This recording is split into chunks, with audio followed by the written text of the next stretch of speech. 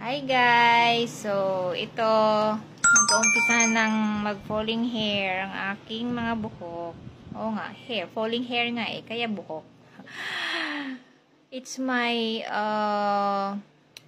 fourth chemo through IV sa Friday. So, ayan na siya.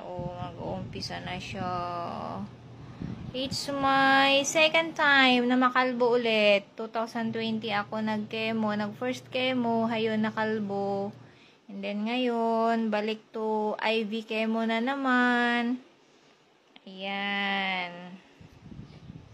Pero with the Live Good products, kinakaya ang chemo. At saka maganda ang aking mga laboratory. Sana po tuloy-tuloy with Live Good products na ginagamit ko. Quality, tested ko po yun. Bye-bye!